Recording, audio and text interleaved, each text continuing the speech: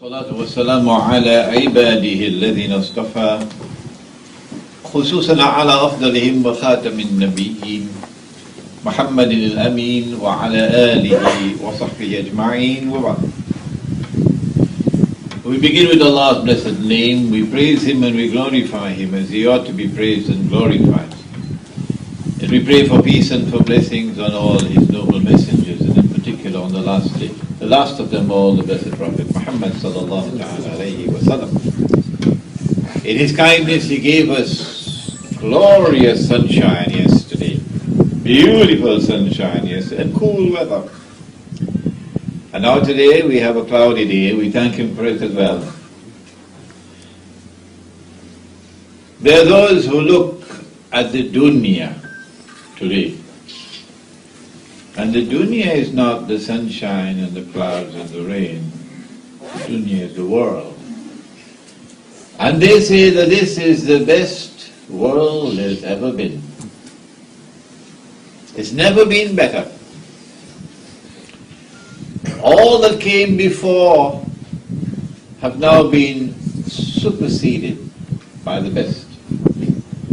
And they have been sent to the museums of history, and that includes Islam. They are moribund, in Toynbee's words, Arnold Toynbee, and this is the best of all worlds. And every day it grows better and yet better.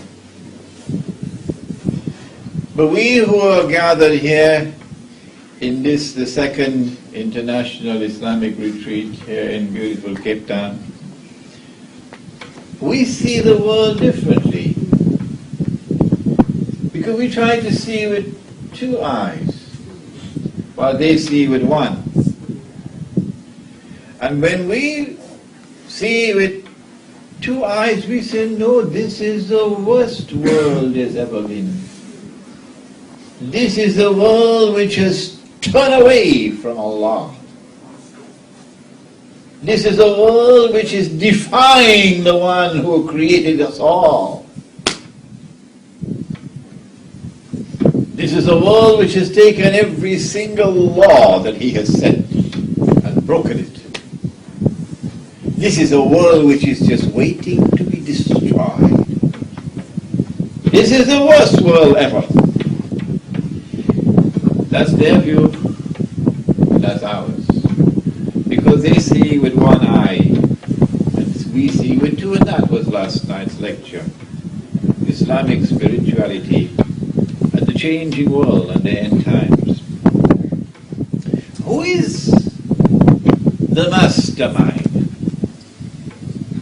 of this controlled demolition job that around the world society is collapsing? How is he doing it?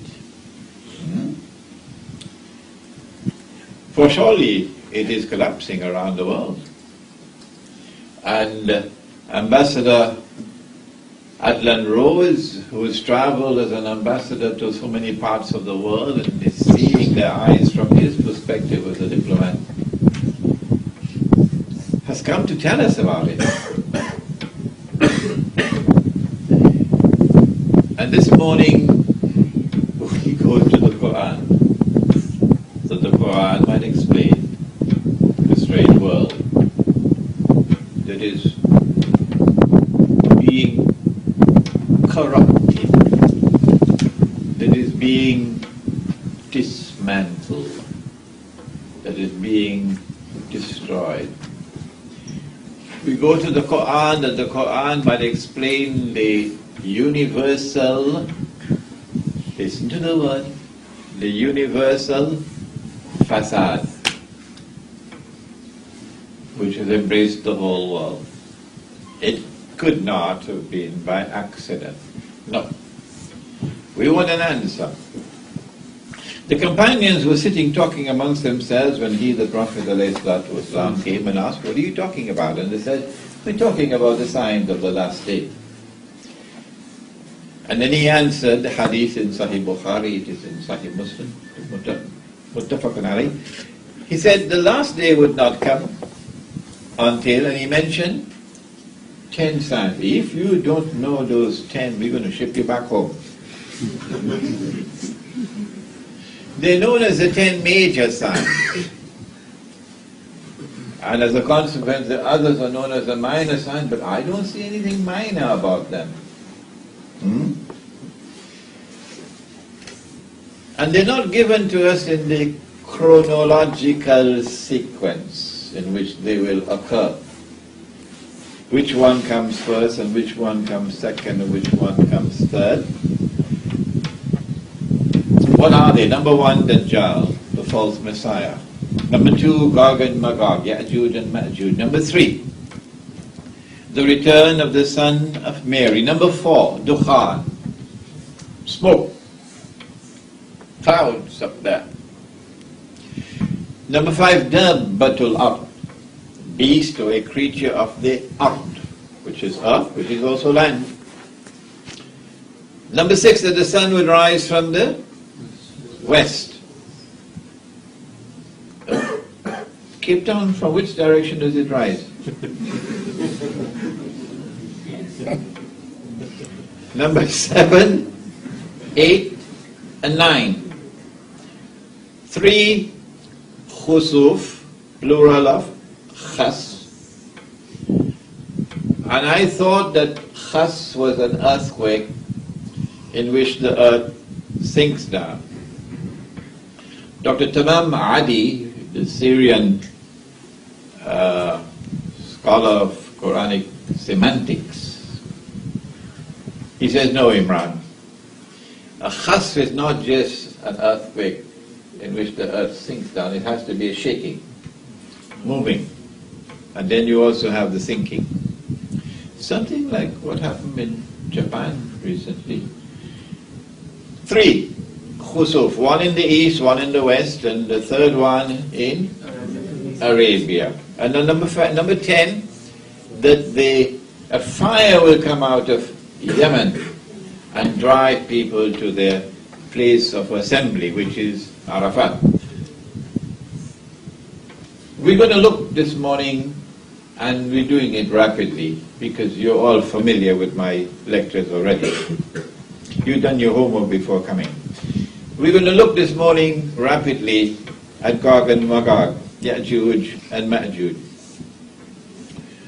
Who are they? Are they human beings? Or are there some strange creatures with 24 ears and 4 noses and 6 or 8 hands on each side? Who are they? Are they from some outer planet, or do they reside down in the bowel of the earth? Who are they?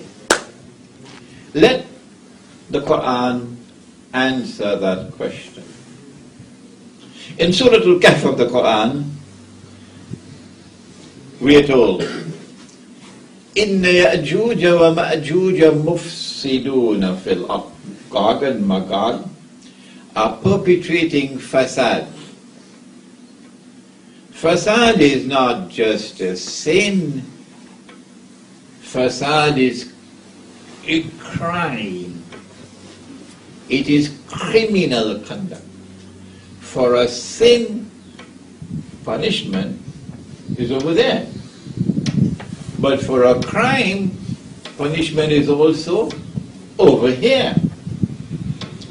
And the punishment for fasad is the worst in the Quran.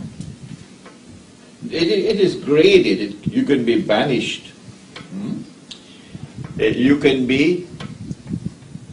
have your hands and your feet cut off on opposite sides. And you can be crucified. And if you are crucified, and when they bring down your body, you pick up your briefcase and you walk away, you come back. You're not yet crucified. You're not yet crucified. Because this crucifixion of this punishment which is in the Quran is most certainly not to be just put for 5 minutes on a cross, on a tree, and then you can bring him down. That's not crucifixion. Not in the Quran. You have to die, then that you crucify. In the Quran. Outside of the Quran there are many strange things, I know. But this is the Quran.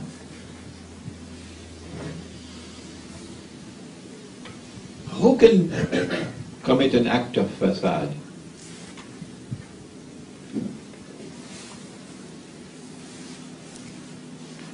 Who are Gog and Magog? Can't be an angel. Why? Because angels have no free will. They cannot disobey. They commit no sin. So Gog and Magog cannot be angels. Other than angels, who else have been created by Allah? Only jinn and human beings. And so Gog and Magog can either be angels or jinn or human beings. If not, they probably are creatures of whom we have no knowledge, because Allah makes no mention of them. No knowledge. If Allah makes no mention of them, then this Quran has come to explain all things. So this Quran must explain Gog and Magog. Can there be jinn? Yes, jinn can commit sin, and jinn will be judged on the day of judgment, and jinn will be in heaven or in hell. There are jinn who are Muslims, and there are jinn who are shayateen.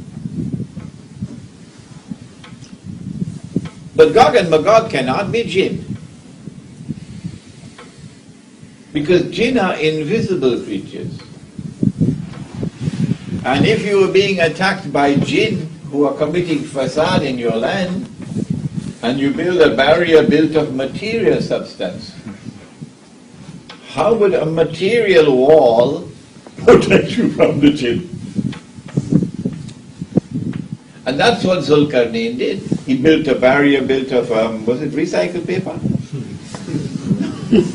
No, it was iron. Zubarul Hadid. And a barrier built with iron offers no protection from the jinn. And so the conclusion we arrive at is that there's only one other creation.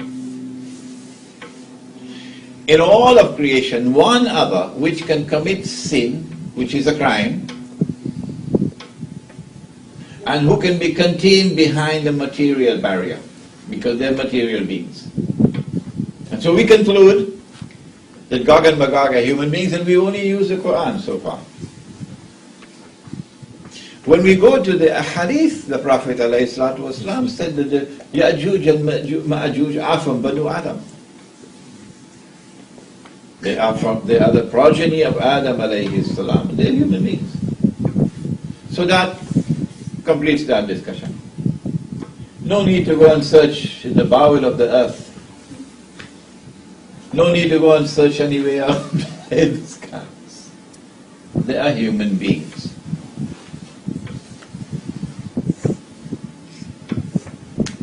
The rabbis in Medina were asked, how can we tell whether he is indeed a prophet of Allah? Sallallahu alayhi wa sallam. And they said, ask him these three questions which only a prophet can answer. And one of the questions was, ask him about the great traveler who traveled to the two ends of the earth. The Quran answered the question and gave the information about the journey to one side and the journey to the second side. But that was not the target of the question. Allah knew the target of the question. And so Allah gave them the journey, which was the third one. And that journey in the third direction gave us one of the signs of the last day, major sign. It was one of the signs of the last day, major signs of the last day, Gog and Magog. So the target of the question was Gog and Magog. Does he know about Gog and Magog? وَيَسْأَلُونَكَ عَنْ ذِي الْقَرْنَيْنِ. And they questioned me about someone who is called the possessor of Qarnayn, either two horns, or who impacts on two ages. It appears to mean two ages here, because otherwise the Quran uses qarn for an age, not for a horn. He travels in the direction of the setting of the sun, and then he travels in the direction of the rising of the sun, and then he travels in a third direction. Which was it? That is west, and this one is east. Which is the third one? We know the third one. Why? Because Nabi Muhammad ﷺ said that when they are released, they will pass by the Sea of Galilee on the way to Jerusalem. And there in Jerusalem, they will surround a mountain, which is in Baytul Maqdis. That's what the hadith says. And Nabi Isa ﷺ will be up the mountain. So if you're traveling, passing the Sea of Galilee on your way to Jerusalem, you're coming from the north. You did study geography, didn't you? All right. When he traveled in the direction of the setting of the sun, he could go no further because he came upon a body of water, which was hamia, dark and murky. So now we're looking for a body of water to the left of the Holy Land, are going north. And there are only two. One is the Mediterranean Sea, which is not Hamia, because you can look down and you can see meters down. But north of the Mediterranean Sea, there is precisely such a body of water. It is even known as the Black Sea, because it is Hamia. So much algae in the water that visibility is very, very difficult. Just about 1 meter you can see. And our Mufassirun, long years ago, identified it as the Black Sea. You find it in Tafsir ibn Kathir. They come across a people, and Allah subhanahu wa ta'ala, who created Zulkarnain and bestowed upon him power to pursue any objective he chooses to pursue. He is the superpower, but he has faith in Allah. And so when power is founded, power rests on the foundations of faith. How will power be used? The Quran now gives a beautiful explanation. Zulkarnain replies to Allah subhanahu wa ta'ala, I have a little difficulty in having that fellow called Alexander, that you call Alexander the Great, having a conversation with Allah. I have a little difficulty with that. Allah speaks to him and he speaks to Allah. Alexander, the fellow who worshipped all the Greek gods and goddesses. Yeah. So, Zulkarnain replies to Allah and he says, those who commit acts of dhulm, who are unjust, who oppress, who are wicked in their conduct, I'm going to punish them. And so power, when it rests on the foundations of faith, is used to punish the oppressor. And when they return to you, you will also punish them. And so when power rests on the foundations of faith, there is an essential harmony between this world here and that world there. What a wonderful world in which to live. And those who have faith and who are righteous in conduct, I'll treat them nicely and they will be rewarded. So when power rests on the foundations of faith, power is used to support and to protect those who have faith and who are righteous in conduct. The Quran is teaching a lesson. And then he travels in the direction of the rising of the sun. So if you move east, from the Black Sea, how far can you go? As you move east from the Black Sea, you're going to come upon another sea, beyond which you can't go. What's the name of that sea? The Caspian Sea. You're lucky I don't have time to ask you questions. The Caspian Sea. And there he came across the people, and now we see the very few words, agonizingly few in the Quran.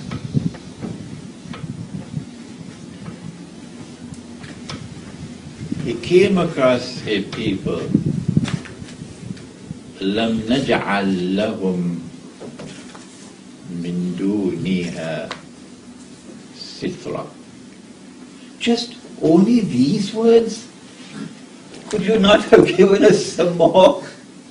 لم نجعل لهم من دونها سترا. A sitr is a covering, that which covers.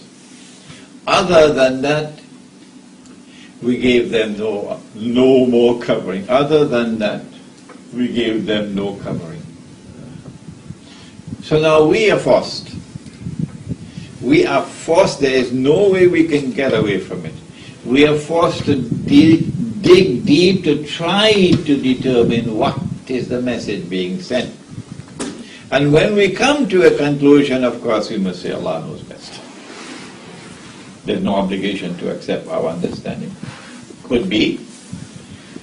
Here are people who are sitting on a vast sea of oil. When power rests on the foundations of faith, and you come across such a people, you want to exploit the oil. I mean, it's valuable. And these are just human beings then. What do? You pick them up and you ship them to Brazil? Yeah? So you can exploit all the oil? Or, alternatively, these are people who are living an essentially primitive way of life. Only the natural covering, that's all that they have from the elements. What do you do when you come across such a people? Do you take them out of that natural way of life and put them into something, I don't know whether you've seen it, something called blue jeans? So become part of the blue jeans Jamaat. Huh? And get them to start smoking cigarettes and civilize them. What do you do? كذلك وقد أحطنا بما لديه خبرا. كذلك, one word. Sheikh Ali Mustafa, only one word. That's all. This whole Qarnayn had the compassion. He had the good sense, he had the integrity to leave them as they were, undisturbed. This is the understanding that we get from the tafsir. But we are struggling with just a few words. Economy of language has reached its perfection here in this passage of Surah Al-Kahf. كذلك وقد أحطنا بما لديه خبرا. Allah says, I understood perfectly why he acted in the way that he did. And so when power rests on the foundations of faith, power will place human values first before economic values and the exploitation of the economic resources of the world. The human being comes first. When power rests on the foundations of faith, power will respect the way of life of even those who live the primitive way.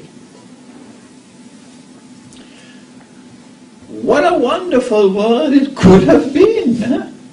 And then he travels in the third direction, which is to the north.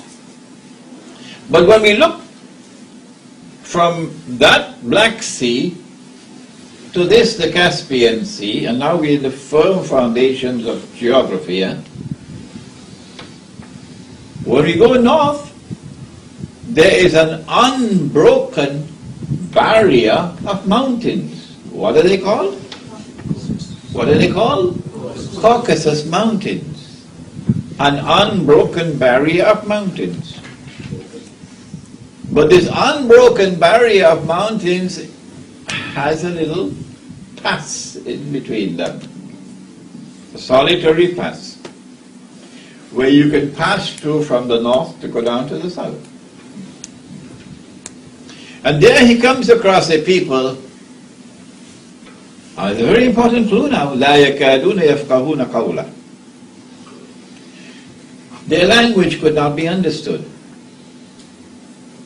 indicating that this is a language which is unique, unrelated to the regional languages.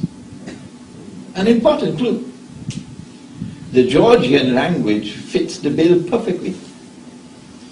The Georgian language is right there in that region by the Caucasus Mountains.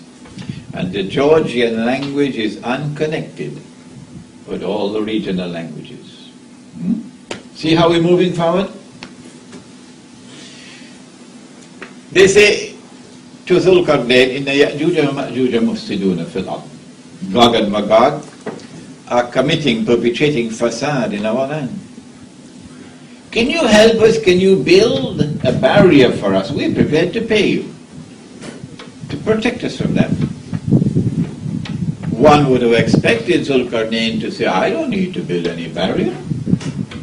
I'll just move in there and teach them the lesson of their life. They'll be scared to even put their finger on you after I'm finished with them. But he didn't say that.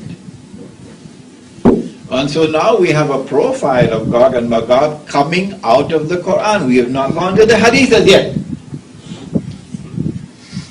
That he is the superpower, and yet he does not, as the superpower of the world, he does not have the power to be able to go into them and teach them a lesson. They have a power greater than his.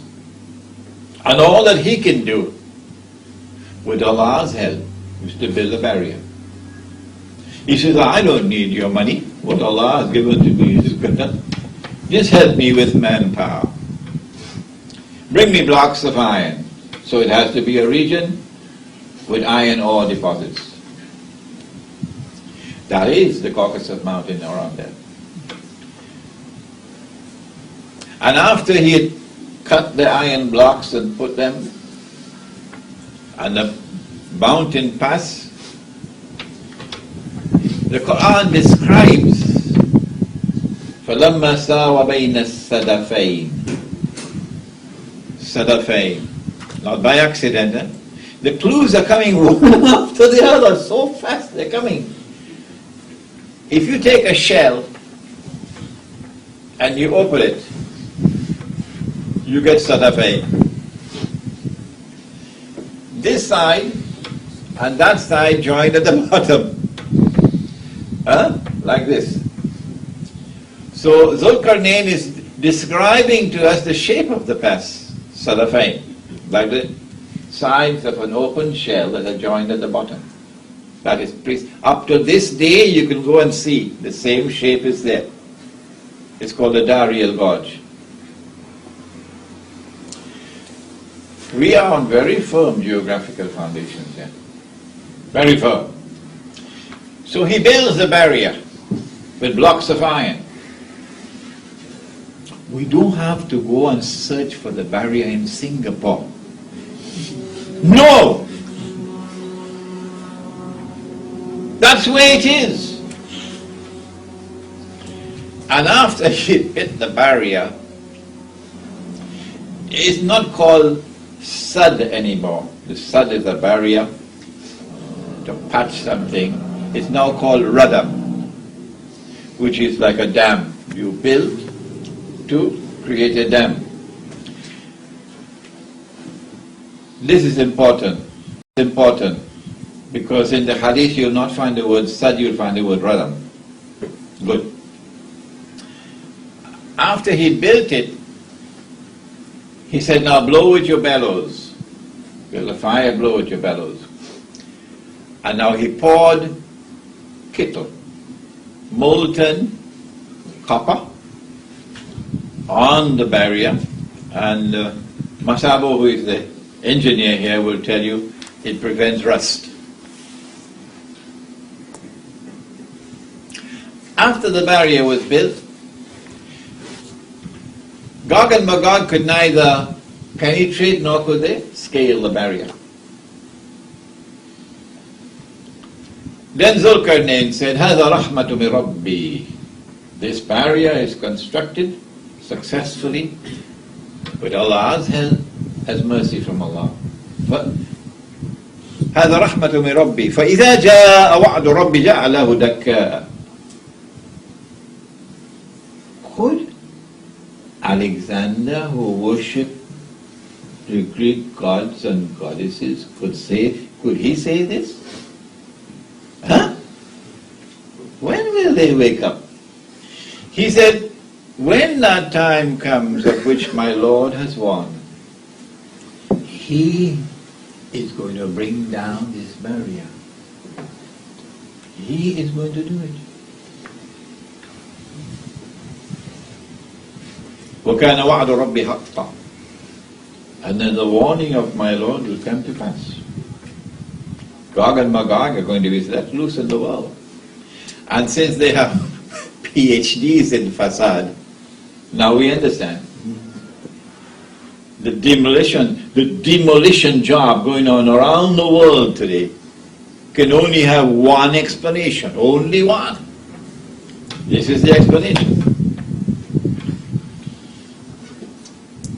When they are released into the world, what kind of world will it be? This is why you have the word Karnain. Two horns or two ages.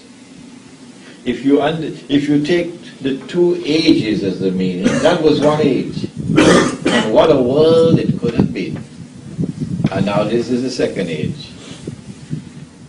Because I have created creatures of mine, so powerful that none but I can destroy them. This is Hadith al-Qudsi, direct speech of Allah subhanahu wa ta'ala in Sahih Muslim. And so power in the world now, power which cannot be challenged, no, will now be released, and this power will rest on foundations which have to be godless to be agents of facade. Because godly people, righteous people don't act in that way.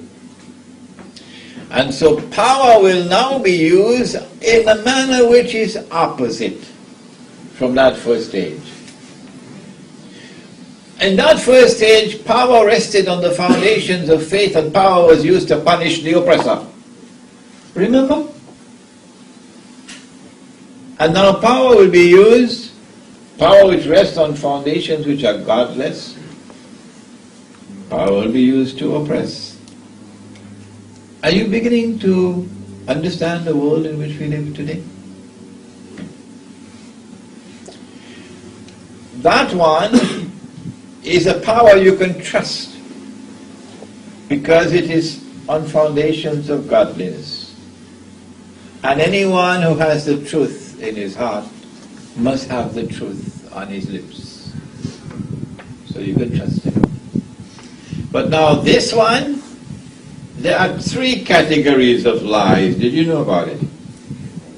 There are lies, and then there are great lies, and then there is 9/11.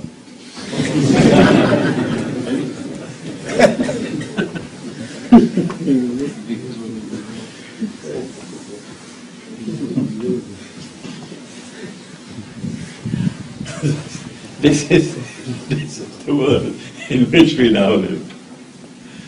And then that one was one in which power, which rested on the foundations of faith, was used to protect those who have faith and who are righteous in conduct and assist them.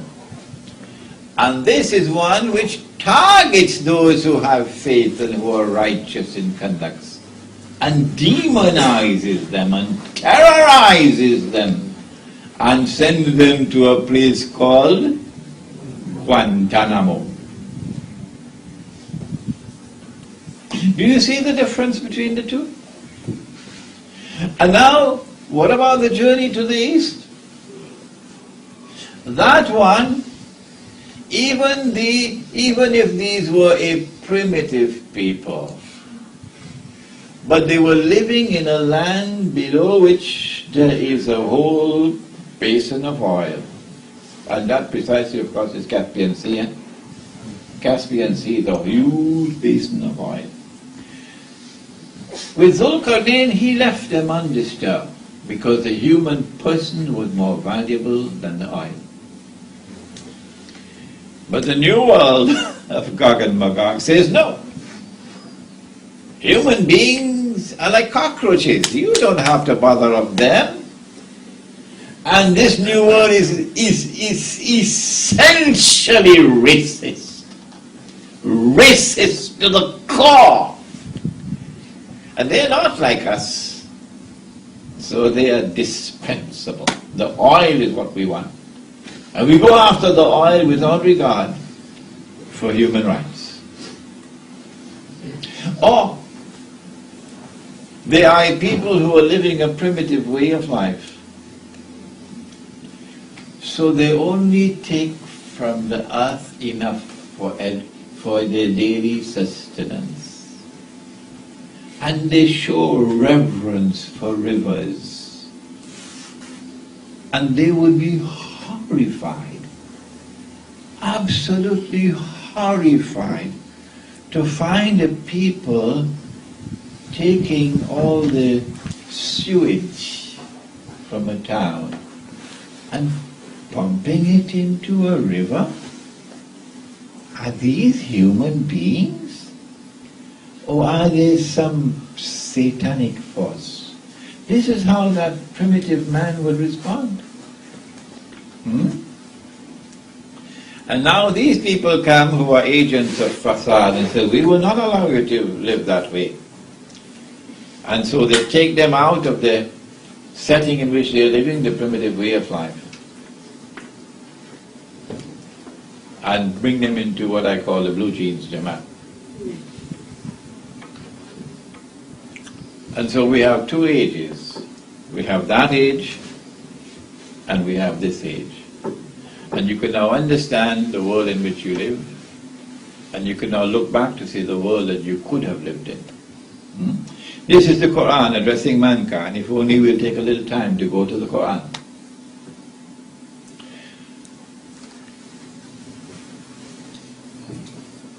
Have they been released? Or are they still behind a barrier? Nabi Muhammad alayhi salatu wasalam is asleep at the home of his wife Zainab radiallahu ta'ala anha. And he sees something in his sleep, and the hadith is in Sahih Bukhari, I think about 6-8 times. Different versions. He sees something in his sleep which is terrible, terrible, terrible, terrible. And he wakes up from his sleep, it's a vision, and his face is flushed red.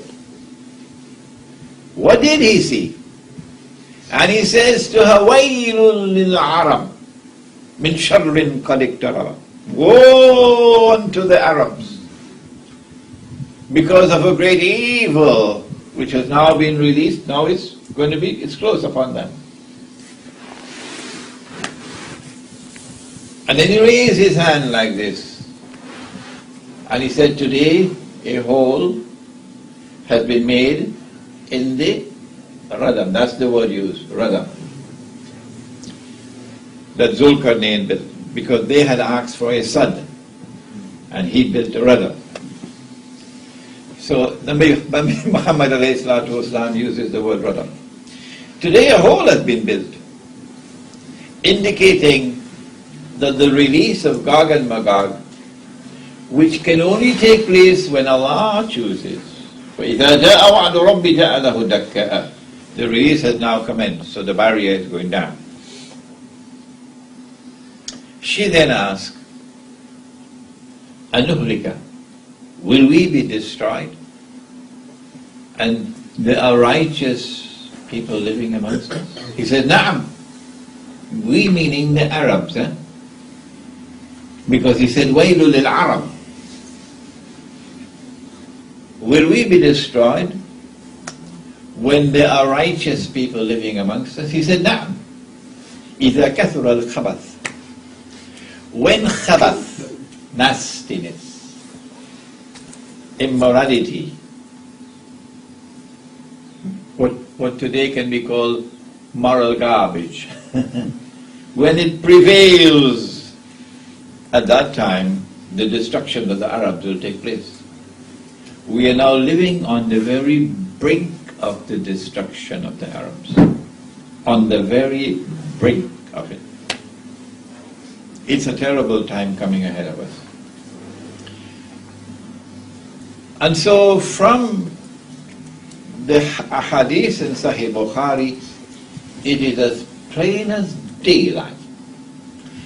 And from our examination of the world around us, it is as plain as daylight that Allah brought down that barrier long years ago. That Gog and Magog, who are human beings. So you can't recognize them by looking at them. You have to recognize them by their conduct, or you could use the word footprints, no? By their conduct. That's how you recognize them. They've been released long ago. But if you say they have not been released,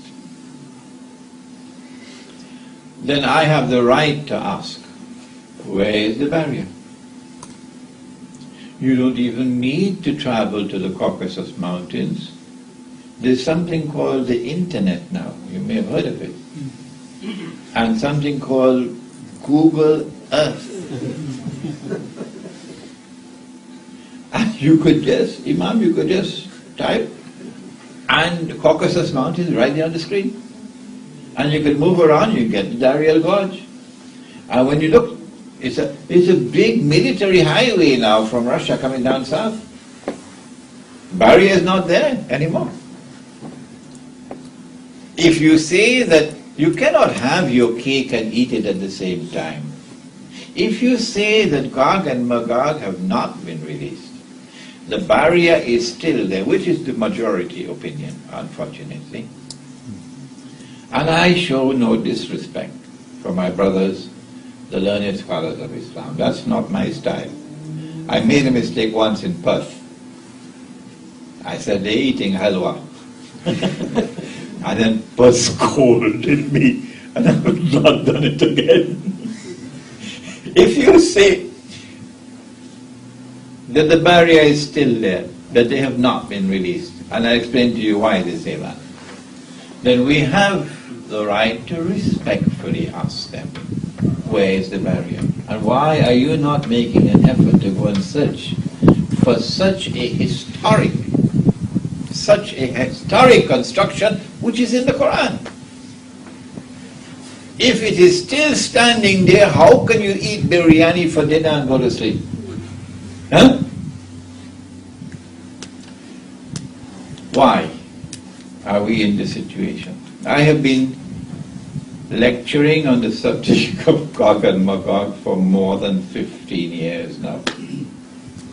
When I started in New York, people looked at me and asked whether this man has come from Mars or Venus. You couldn't believe what it was like 15 years ago. Really. Because nobody was speaking on this subject. Nobody. And I am in the United States of America. And you got the whole world of Islam in New York, you know. Everybody there. Every single Muslim community of the world is present in New York. And here comes this curious fellow called Imran, talking about Gog and Magog. We never heard about it before.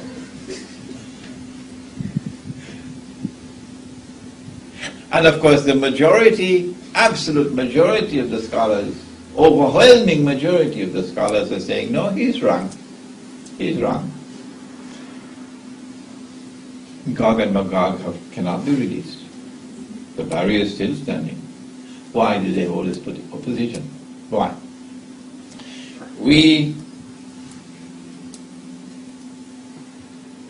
have a problem of methodology.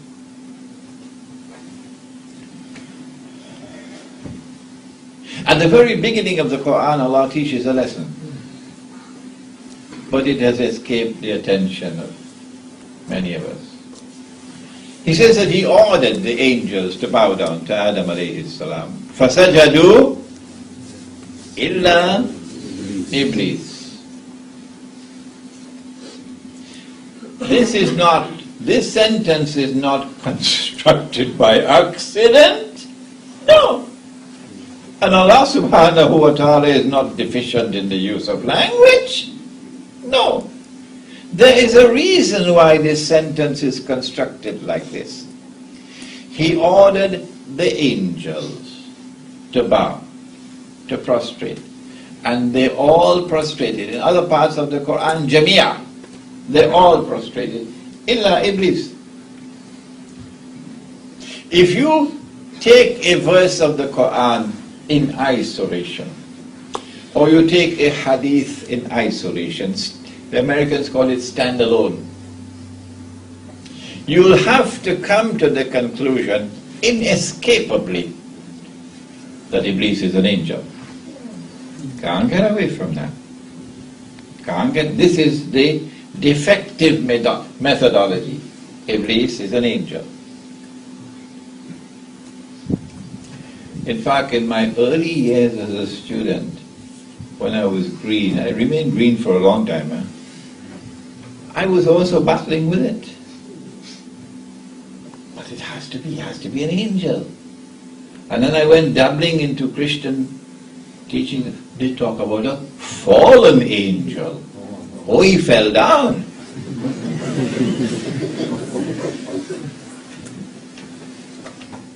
Because we had not as yet been grounded in methodology. But when you go to the rest of the Quran, you say, hey, wait a minute, I made a mistake there. Because here Allah speaks about the angels. They don't have any free will. They don't have any self-directed will. They don't have choice. وَيَفْعَلُونَ مَا يُؤْمَرُونَ. They have to do whatever they are told to do. So if they are a creation which must obey, no choice in the matter, and this fellow disobeyed, it looks as though he wasn't an angel, eh? Maybe I made a mistake, eh? Oh my gosh, this is a rotten methodology. To take a verse of the Quran in isolation. And then of course Allah confirmed it all when I went to Surah Al-Kahf. I saw it there straight in my face. وَكَانَ مِنَ الْجِنِّ. This is not by accident. This is the Lord of the heavens and the earth teaching methodology for study, for the pursuit of knowledge. Do not make the mistake of taking any verse of the Quran or any hadith or anything in isolation and coming to a conclusion. You could be correct, but you can also be wrong. And sometimes when you make a mistake, that's it for you. You're damaged forever and ever. We can't trust you anymore. And that's what, unfortunately, they have done. There's one hadith, only one, in Sahih Muslim, that after Nabi Isa alayhi salam returns, the true Messiah will kill the false Messiah. And then Allah subhanahu wa ta'ala will فَبَعَثَ اللَّهُ يأجوج ومأجوج. بعث. But the Quran uses a different word for release. In Surah Al-Anbiya, إذا فتحت يأجوج ومأجوج. When Gog and Magog are released, they're opened. That is the release. And ba'atha means to send or to raise. Well, it couldn't mean to raise here. Why? Because they've been raised long ago. And they were committing fasad long before we built the barrier. So it has to mean Allah will send Gog and Magog at that time. And the first of them will pass by the Sea of Galilee and start to drink the water. And by the time the last of them pass, they'll say, there used to be water here. Where is Amir? Oh, there he is. From Haifa. Not left. From Haifa in Palestine, in the Holy Land. And for the last 2 years, he's been monitoring the water level and sending me reports constantly. My student, Amir. The Sea of Galilee is almost dry. Did you know that? It has now reached a level where it can no longer be revived. So it's essentially dead, waiting to dry up. I think that qualifies as a little bit of proof, isn't it? That something is happening here. I think that qualifies as evidence that there's some kind of a passage there for Gog and Magog. But because the hadith says that after Nabi Isa alayhi salam kills Dajjal, their understanding is that only at that time will Allah bring down the barrier, and only at that time will Gog and Magog be released. And Imran Hussein is a voice crying in the wilderness for 15 years now. 15 years now, a voice crying in the wilderness. But you cannot be angry with your brothers, they're more learned than you are. All that we can do is to pray that someone will tell them this is wrong methodology. When you go to the Quran to find out when will the barrier come down, remember we only have a hadith in Sahih Bukhari about the vision while he was sleeping. When we go to the Quran, when will Allah bring down the barrier? We find in Surah Al-Anbiya the verse of all verses. In fact, there are two verses. وَحَرَامٌ عَلَى قَرْيَةٍ أَهْلَكْنَاهَا. Notice this is the only passage of the Quran I recite word by word. وَحَرَامٌ عَلَى قَرْيَةٍ أَهْلَكْنَاهَا أَنَّهُمْ لَا يَرْجِعُونَ. A qaryah, and Allah destroyed it. And we know that before the end, Allah is going to destroy all. وَإِن مِّن قَرْيَةٍ, not a single one will escape. وَإِن مِّن قَرْيَةٍ إِلَّا نَحْنُ مُهْلِكُوهَا قبل يوم القيامة أو معذبوها عذابا شديدا وكان ذلك في الكتاب مسطورا. سورة Isra, otherwise known as Surah Bani Israel. Every single town and city will be destroyed, and those who escape destruction will be inflicted with terrible punishment. But this is a subject that is mastur. There's a cover over it. When Allah lifts the cover, then you see something. وَحَرَامٌ عَلَى قَرْيَةٍ أَهْلَكْنَاهَا. This is a town or a city, and Allah destroyed it. And having destroyed it, the people were expelled. أَنَّهُمْ لَا يَرْجِعُونَ. And then he put a ban on them that they can never return to this town or city to reclaim it as their own. حتى, until when? إِذَا فُتِحَتْ يَأْجُوجُ وَمَأْجُوجُ, until Gog and Magog are released by Allah. وَهُمْ مِنْ كُلِّ حَدَبٍ يَنْصِلُونَ, and they descend from every height, or they spread out in every direction. Both the meanings are admissible. Which town? Which city is it? You will go to the Quran, it will not tell you. You got homework to do. You will go to the Prophet ﷺ, he will not tell you. You got homework to do. But when you take the totality of the data in the Quran on this subject of the signs of the last day, because Gog and Magog is here, and you ask which town is it, then there's only one answer to the question.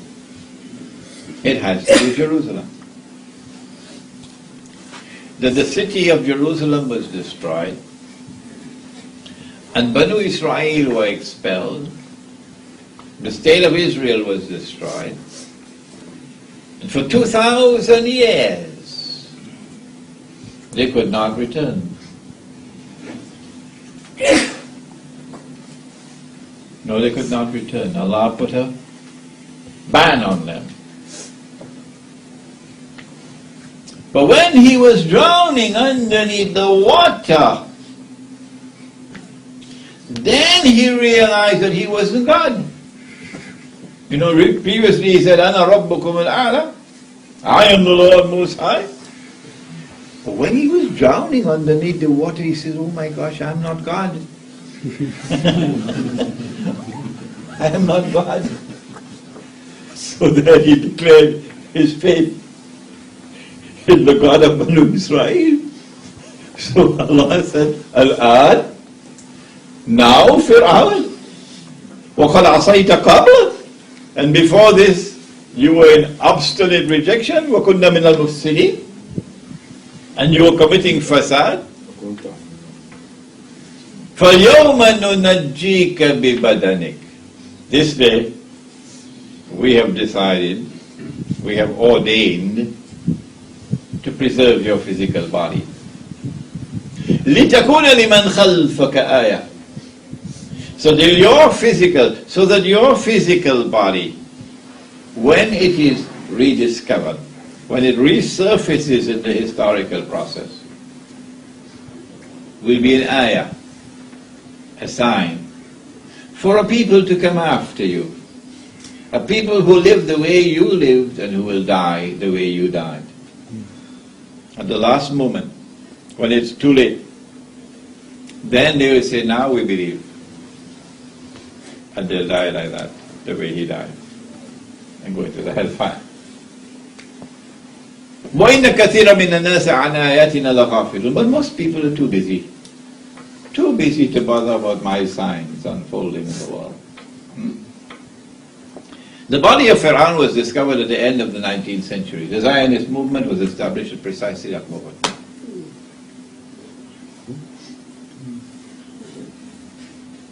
And so now the people of the town are going to be brought back. فَإِذَا جَاءَ وَعْدُ الْآخِرَةِ جِئْنَا بِكُمْ لَفِيفًا. And there's a divine hand in this. It's not acting by accident. And so they come back after 2,000 years. Who is bringing them back? If you can see who are bringing them back, you can identify Gog and Magog. Yeah.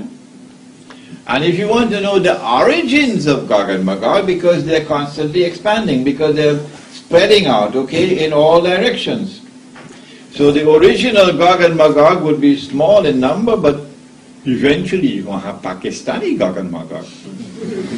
You're going to have Japanese Gog and Magog. You're going to have Chinese Gog and Magog, okay? But the original Gog and Magog are the ones where the center of power is located. This is only the periphery. Islamabad is the periphery.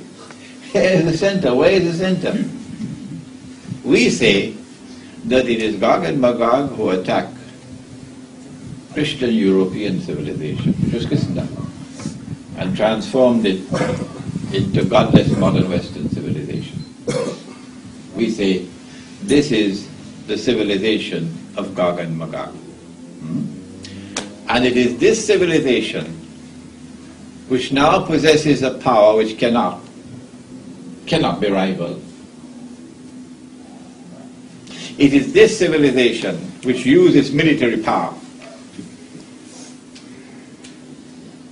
to attack, as Ambassador Adlan Rose was speaking about, the period of military conquest of the rest of the world, and then the colonization of the rest of the world, and then the decolonization.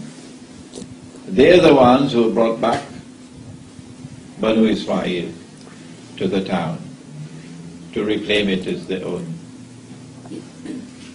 And so there is Gog and Magog. But originally, you have to look at the Caucasus Mountains. And when we do that, we find that it is the Khazar, K-H-A-Z-A-R, who converted to Judaism shortly after the time of the Prophet ﷺ. And so now you have a curious creature. They don't like me for this. A curious creature emerges in history who is not Semitic. He's most certainly not a cousin of the Arabs. He is European, but he's also a Jew. Oh? Can you have such a thing as a European Jew? I thought they were from the seed of Ibrahim alayhi salam through Ishaq alayhi salam. I thought they were Banu Israel. Not only is the European Jew something unique amongst Jews, but if you do a genetic test on him, you see the evidence staring at you that he is genetically unique in the world. No other people are like him, the European Jew. And so we have identified for you that the Khazar, who are the original, have become Jews. And some of them also became Christians. And I believe some of them also became Muslims. So let me speak softly. The end of it all is that they're going to have a grand, mighty clash between Gog and Magog. And Allah speaks of it. وَتَرَكْنَا بَعْضَهُمْ يَوْمَئِذٍ يَمُوجُ فِي بَعْضٍ. يَمُوجُ فِي بَعْضٍ. Like waves crashing against each other. It can also mean merging with each other, which explains globalization around the world today, one global society. But the other meaning is the one I want to concentrate on now. The clash that will take place. You have my book somewhere around there, An Islamic View of Gog and Magog in the Modern World. There is this mighty clash that is going to take place. I don't want to spoil your tea, but when we examine to identify them today, there is no question but Magog is Russia and the alliance with Russia.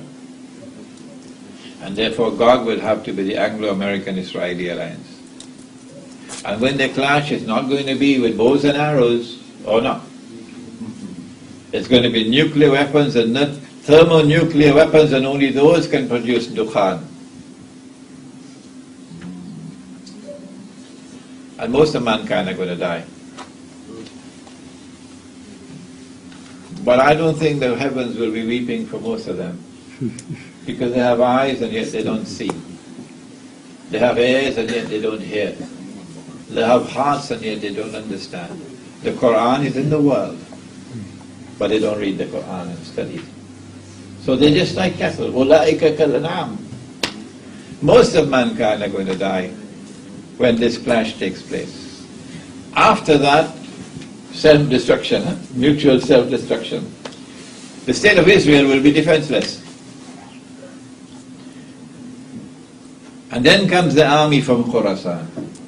And it's not the Muslim army that will destroy Israel, because Israel will already be broken. At that time, said the Prophet ﷺ, لَتُقَاتِلُنَّ الْيَهُودِ, Sahih Bukhari. لَتُقَاتِلُنَّ الْيَهُودِ, you're going to fight them, the Jews. وَلَتَقْتُلُنَّهُمْ, and you will kill them, you will defeat them. Not all Jews. No, don't take a hadith in isolation. When you go to the totality of the Quran, you'll find if there are Jews who stand with you and condemn Israel, there are such Jews. They're there in Brooklyn. They support the oppressed. How can you say that these are Jews who are referred to in this hadith? So not all Jews. لَتُقَاتِلُنَّ الْيَهُودِ وَلَتَقْتُلُنَّهُمْ حَتَّى يَقُولُ حَجَرٌ. At that time the stones will speak. Ya Muslim, هَذَا يَهُودِيٌّ وَرَائِي فَتَعَالَ فَقْتُلْ. They're going to be on the run. So this is not a confrontation, a military confrontation where we will then destroy Israel, because they're going to be on the run. They're going to be hiding behind trees and stones. So the breaking of the power of Israel will take place with the Gog and Magog clash. It is after this. Now I left out something before that. After Dajjal is killed, which is our next lecture, then Gog and Magog, the clash will take place. They will surround Nabi Isa alayhi salam in Bayt al-Maqdis. They'll say, we've killed all those who are on earth, now let's kill all those who are in the heavens above. So they're going to be military warfare above. Space. It's called Star Wars. And then Nabi Isa alayhi salam will pray to Allah. And he will destroy Gog and Magog. And something will attack them at the back of the neck, the top of the spine. We have some medical doctors here, so you've got homework to do now. And they fall down paralyzed. Could be that the immune system was devastated, and the smallest, tiniest attack could cause you to be paralyzed. And they die, and by next morning their bodies are rotting. And Allah will then send prehistoric birds with huge necks and pick up these bodies and have them disposed where Allah will have them disposed. This is the end of Gog and Magog. But after that comes the destruction, the finishing off of the state of Israel, and then the Khilafah is restored in Jerusalem. And the truth triumphs over falsehood, and justice triumphs over injustice and oppression. I'm sorry that I had to race with this. I normally don't race like this.